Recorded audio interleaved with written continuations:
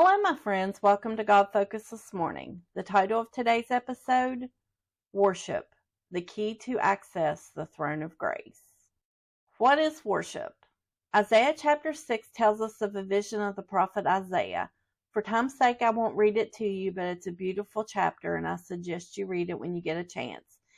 It tells us that above the throne of God there are seraphims, which are angels with 6 wings. Their whole purpose for existing is to fly and sing, "Holy, holy, holy is the Lord of hosts." These angels aren't permitted to look upon him. They cover their face with 2 of their wings. Yet with all the angels' praise, he still longs for our worship. Our praise means more to him than all the angels' praise because we choose to worship him.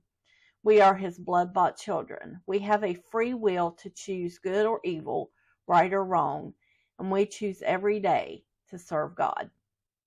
We have the choice to stay in the same comfortable rut or break out of that rut and worship. Stepping out is never easy, but it is necessary. People in the Old Testament worshiped God with sacrifices and incense. Jesus became our final sacrifice once and for all time. His blood was enough. We are covered by that precious blood, and we can now boldly enter into the throne room to petition or to worship. We have access through the blood of Jesus. That is the key. Why do we need access to the throne of grace? To obtain mercy and help for our situations in life. All the answers are at Jesus' feet. Hebrews 4:16. Let us therefore come boldly unto the throne of grace, that we may obtain mercy and find grace to help in time of need. Worship is not about us, although we get ministered to through worship and God does things in our lives because of our worship. This is not why we worship. Worship was designed to get us out of our comfort zone, out of our flesh, and make it about our enthusiasm for being in God's presence because we love him. Matthew 15:8. This people draweth nigh unto me with their mouth, and honoreth me with their lips, but their heart is far from me.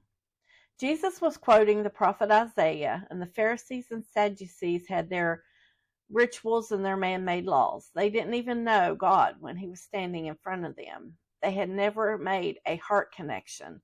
They searched and searched the scriptures, but didn't understand them because they went by what they were taught and not what God could have shown them if they had just taken the time to ask him.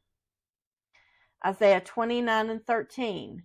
Wherefore the Lord said, For as much as this people draw near me with their mouth, and with their lips do honor me, they have removed their heart from me, and their fear toward me is taught by the precepts of men.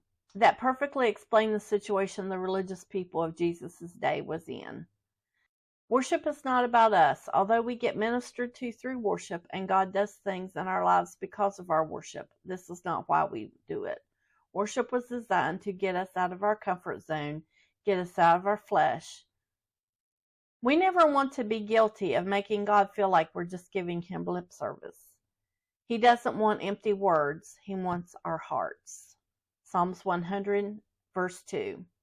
Serve the Lord with gladness. Come before his presence with singing. Serve the Lord with gladness. That gladness comes from making a God connection every day. It doesn't matter what we are dealing with. We can have joy in the middle of the worst tragedies. Every day is a gift that God has given us. We need to make up our minds each morning that we will approach it with a worshipful heart. Psalms 29:2. Give unto the Lord the glory due his name. Worship the Lord in the beauty of holiness. Give God glory means to show respect, honor, and gratitude for who he is, and not only for what he has done for us. There is nothing we can do to ever thank him for all he has done, but we can appreciate and worship him for who he is and who he is to us. Thanks for watching. Until next time, be bold, be brave, and keep your God focus. Like, share, and subscribe for more encouragement. Have a wonderful day.